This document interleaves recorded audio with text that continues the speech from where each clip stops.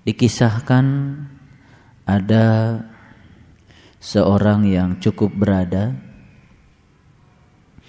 Dia punya anak satu-satunya laki-laki.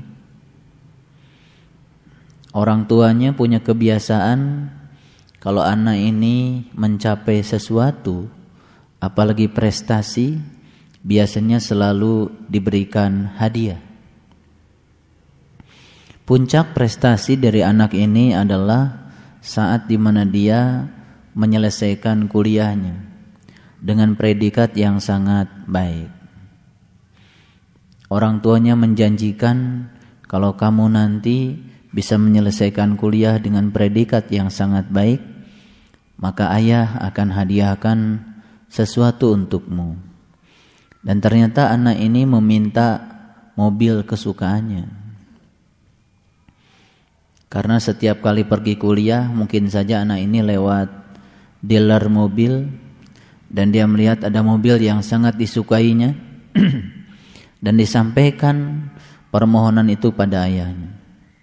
Dan ayahnya menyanggupinya dan anak ini sungguh-sungguh belajarnya dan ternyata mendapatkan prestasi yang sangat memuaskan.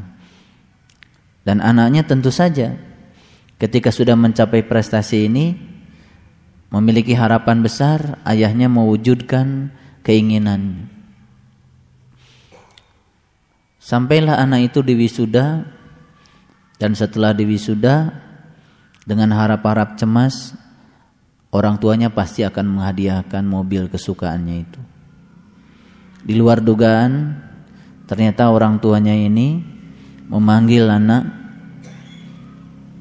bicara berdua, dan orang tuanya ini ternyata menghadiahkan kitab suci. Kitab suci ini diletakkan dalam suatu kotak dan diserahkanlah pada anak itu. Sesaat setelah menerima hadiah berupa kitab suci itu, karena dia tidak mengerti harga dari kitab suci itu, bukan harga duniawiyahnya, tapi harga ruhaniyahnya. Dan kotak itu dilemparkannya dengan penuh marah oleh anaknya, dan kemudian anak ini pergi.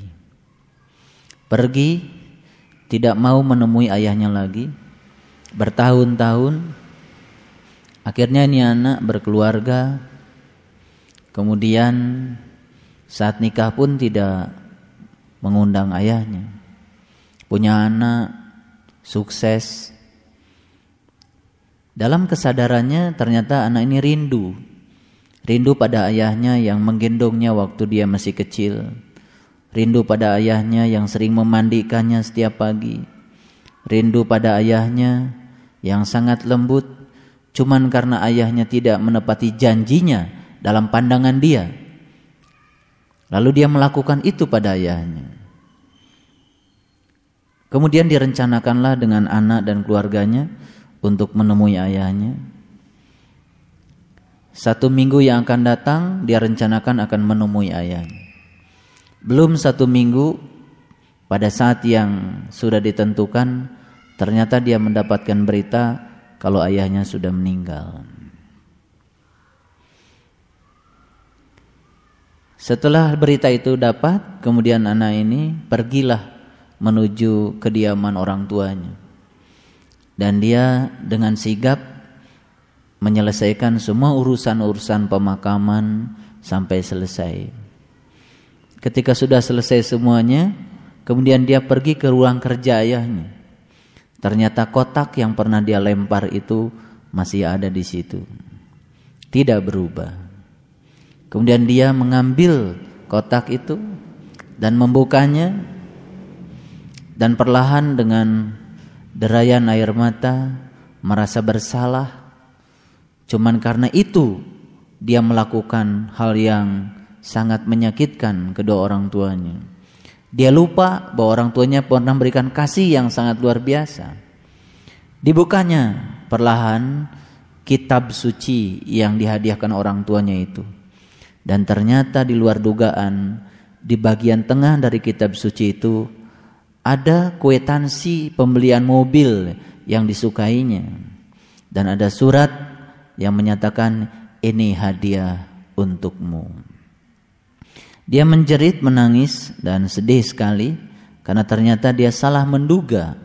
Rupanya mobil yang dijanjikan orang tuanya itu diberikannya juga, cuma diletakkan suratnya di halaman tengah dari kitab suci yang diberikannya. Itulah ketergesa-gesaan. Dan saya kira cerita ini adalah cerita kita. Karena kita sudah sangat terbiasa menilai sesuatu dari luarnya. Apalagi bungkusnya itu sesuatu yang sangat kita tidak suka. Padahal sebetulnya yang dibungkus di dalamnya mungkin saja hal yang sangat kita impikan. Demikian juga Allah menjanjikan kepada orang yang beriman segala hal. Dan Allah sudah berjanji, ketika kebaikan kamu lakukan, maka kamu pun suatu saat akan memperoleh kebaikan yang aku janjikan. Cuma cara dan waktunya aku sendiri yang tahu untuk mewujudkannya. Kadang-kadang Allah membungkus kebaikan itu dengan bungkus yang kita tidak suka. Tetapi sesungguhnya yang di dalam, yang dibungkus, siapa jadi yang kita idam-idamkan. Kita belajar dari semesta ini. Sebetulnya sekarang bintang itu ada, tapi kita tidak bisa melihatnya karena hari sedang terang. Walaupun bintang itu jaraknya jauh melampaui jaraknya matahari, jaraknya bulan, tapi ketika malam sudah tiba, bintang itu ternyata kelihatan oleh kita. Ternyata terangnya bintang baru bisa kita lihat pada saat kita memasuki kegelapan. Mungkin saja kita diantarkan oleh Allah pada kegelapan tertentu, atau kita sendiri yang mengantarkan diri kita pada kegelapan tertentu. Ternyata ketika kita sudah melakukan yang disebut dengan kegelapan itu, kesadaran tentang terang itu muncul. Dan bisa jadi kita bisa melihat yang terang pada saat kita sedang berada dalam kegelapan. Kita baru merasakan betapa berartinya uang 1.000 ketika kita sedang tidak memiliki uang sama sekali. Tapi ketika sedang berlimpah uang yang 1.000 itu kita campakkan. Jadi ternyata kegelapan itu dibutuhkan dalam hidup. Orang-orang yang menyakiti kita dibutuhkan dalam hidup. Orang-orang yang melukai kita dibutuhkan dalam hidup. Itu sebabnya jangan terlalu banyak berpikir dalam hidup, tapi kerjakanlah apa yang kita bisa. Karena walaupun yang kita dapat dalam tanda kutip adalah kegelapan, justru lewat kegelapan kita bisa melihat yang terang benderang. Cerita saya tadi bisa ya, bisa tidak itu terjadi. Tapi yang saya maksud adalah bagaimana kita belajar untuk menerima sesuatu yang dibungkus oleh Allah, yang kelihatannya tidak seperti yang kita ingin. Padahal sebetulnya ketika kita mau menerimanya dengan tulus, dengan ikhlas, dengan lapang, siapa jadi yang kita inginkan itu ada di dalamnya. Bayangkanlah dengan kasus anak tadi. Dia akan mengalami penyesalan yang panjang. Bagaimana tidak? Dia tidak sempat meminta maaf kepada orang tua yang disakitinya. Bahkan kotak kitab suci itu dilemparkan dengan penuh amarah karena dia tidak menerima yang dia ingin. Itulah barangkali gambaran tentang kehidupan kita. Yang seperti anak yang diceritakan tadi, terlalu banyak kalau kita mau berbicara statistiknya. Terlalu banyak orang yang memiliki sifat seperti ini. Ketergesa-gesaan, cepat menilai, tidak sabar menerima sesuatu. Itulah gambaran dari betapa kita tidak cukup dewasa untuk bisa menerima kejadian demi kejadian dengan sikap bijak dan arif. Itu sebabnya setiap saat kita terus berupaya untuk meningkatkan kualitas diri kita, meningkatkan kualitas kebijaksanaan kita, kualitas kearifan kita, agar kita tidak menjadi orang-orang yang proaktif, tergesa-gesa dalam menilai sesuatu. Kadang menilai orang pun sering tergesa-gesa. Bahkan kita membeda-bedakan orang. Ini soleh, ini tidak soleh, cuman karena dari bungkusan luarnya. Ini baik, ini tidak baik, cuman karena dia melakukan tindakan yang kita suka atau melakukan tindakan yang tidak kita suka. Terus saja setiap hari kita memilih. Padahal siapa jadi? Ya, peningkatan kualitas diri diletakkan pada sesuatu yang kita tidak memilihnya. Bisa jadi itu. Saya ingin tunjukkan rahasia ini dalam Quran surat An-Nisa. Disilahkan semuanya melihat surat yang keempat. Kita akan kupas surat An-Nisa ayat 94 sampai ayat 103. Saya tertarik untuk membacanya lebih awal ayat 103. Semoga nanti tersambung dengan ayat yang ke-94. Semoga setelah ini kita tidak mudah melempar kotak.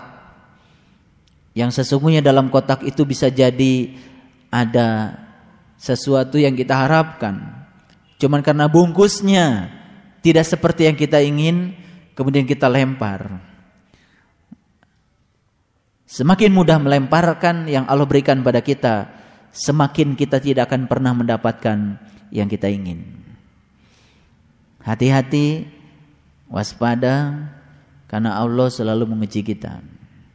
Baik, saya akan bacakan ayat 103. A'udzubillahi minasyaitonirrajim. Bismillahirrahmanirrahim. Fa iza qadaitumus shalah fazkurullah qiyaman wa qu'udan wa ala junubihim. Fa iza qadaitumus shalah, dan apabila kamu telah menunaikan, menegakkan, mendirikan salat, fazkurullah, tugasmu yang berikutnya adalah mengingat Allah. Kapan mengingatnya? Qiyaman, ketika kamu berdiri, wa qu'udan, ketika kamu duduk, wa ala junubikum, dan ketika kamu berbaring.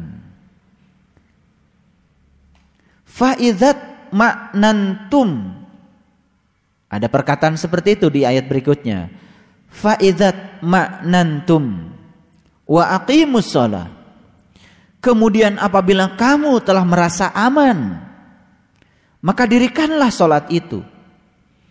Kenapa Allah harus berbicara seperti ini? Kok mendirikan salatnya harus pada saat kamu sudah merasa aman? Jadi mendirikan salat itu harus pada saat kamu sudah merasa aman. Orang-orang yang berpikirnya sempit, ya ini dikaitkan dengan zaman revolusi, ya kan? Jadi aman yang dimaksud adalah pada saat tidak terjadi perang. Biasanya dikaitkan dengan itu. Padahal ini sebetulnya berkaitan dengan salat hakikat. Ada salat secara syariat yang 17 rakaat, ada juga salat hakikat yang sama-sama 17 juga. Yang kemudian digambarkan dalam Quran surat Al-Isra dengan nomor surat 17. Surat Al-Isra itu nomor suratnya 17. Ya, 10 ditambah 7. Kalau di Quran surat Al-Kahfi Allah mengatakan, janganlah kamu mengatakan halmu pada seorang jua pun. Kalau di dalam Injil dikatakan, janganlah ketika kamu sudah turun dari gunung, janganlah kamu mengatakan halmu pada seorang jua pun sebelum anak manusia dibangkitkan dari antara yang mati. Banyak sekali ayat-ayat yang semacam itu, ya. Dan kalau kita jujur memahami ayat ini, sebetulnya ayat ini tidak sekedar berbicara solat dalam pengertian yang biasa, tapi ini berbicara solat dalam pengertian yang luar biasa. Apabila kamu telah merasa aman, maka dirikanlah solat itu. Sesungguhnya solat itu adalah sesuatu yang ditentukan waktunya atas orang-orang yang beriman. Jadi jelas menurut ayat ini yang bisa sholat itu hanya orang-orang yang beriman. Sholat yang dilakukan ketika situasinya sudah aman.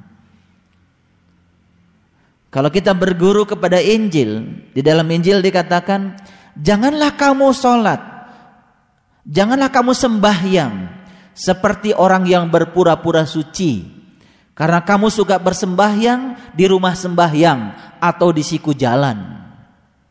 Jika kamu hendak bersembahyang, masuklah ke kamar dalammu dan pintu-pintumu hendaklah dikunci, dan Bapakmu yang terlihat dalam tersembunyi itu kepadamu akan meluluskan. Bapakmu yang terlihat dalam tersembunyi itu kepadamu akan meluluskan. Ini menurut saya sangat luar biasa simetrinya dengan Quran surat An-Nisa ayat 103 yang baru saja kita bacakan. Tugas berikutnya setelah seseorang sholat yang ini adalah fazkurullah. Iya kan? Ini yang jadi masalah. Ketika sedang sholat tidak ingat sama Allah, apalagi setelah sholat tidak bisa mengingat kepada Allah. Tapi sholat yang ini adalah sholat yang menyebabkan seseorang fazkurullah, baik dalam keadaan berdiri, duduk dan berbaring. Itulah sholat yang hakikat. Dan sholat yang semacam ini tidak bisa dilakukan kecuali oleh orang-orang yang sudah pada tahu. Itu puncaknya. Tolong direview lagi cerita yang tadi. Kenapa anak itu melakukan hal yang luar biasa kepada orang tuanya? Dasarnya cuma satu, karena dia menilai sesuatu dengan tergesa-gesa, tidak teliti. Dan saya kira sifat itu juga barangkali menjadi sifat kita juga, yang sering menilai sesuatu tergesa-gesa, apalagi menilai orang lain. Kita kadang-kadang suka mengatakan hati orang gak bisa diselami, tapi kita sering menilai hati orang dengan mengatakan kepada orang lain, orang itu riya ya. Padahal riya dan tidak riya itu bukan urusan kita, urusan hatinya orang. Katanya tidak bisa diselami. Dalamnya lautan bisa diselami, tapi dalamnya hati orang gak bisa diselami. Peribahasa itu cukup akrab dengan kita, tetapi terkadang kita sering menilai orang padahal kita tidak pernah bisa menyelaminya. Itu ketergesa-gesaan. Dan kalau ketergesa-gesaan itu masih menjadi sifat kita, itu artinya kita belum bisa sholat yang menyebabkan kita fazkurullah qiyaman wa qu'udan wa ala junubikum. Kita belum bisa sholat yang mengantarkan kita untuk menjadi orang yang bisa mengingatnya dalam keadaan berdiri, duduk dan berbaring. Mengingat dia di segala aktivitas, mengingat dia di segala situasi, tidak pernah melupakannya sama sekali. Baik, kita lihat ayat yang ke-94 ini dimulai dengan pernyataan ya ayyuhallazina aman. Hai orang-orang yang beriman. Jelas yang dihaikan di sini hanya orang-orang yang beriman. Idza darabtum fi sabilillah. Apabila kamu benar-benar berjalan di jalan Allah. Jadi orang yang beriman itu juga belum tentu sungguh-sungguh berjalan di jalan Allah. Ini yang diceritakan adalah orang beriman yang sungguh-sungguh berjalan di jalan Allahnya.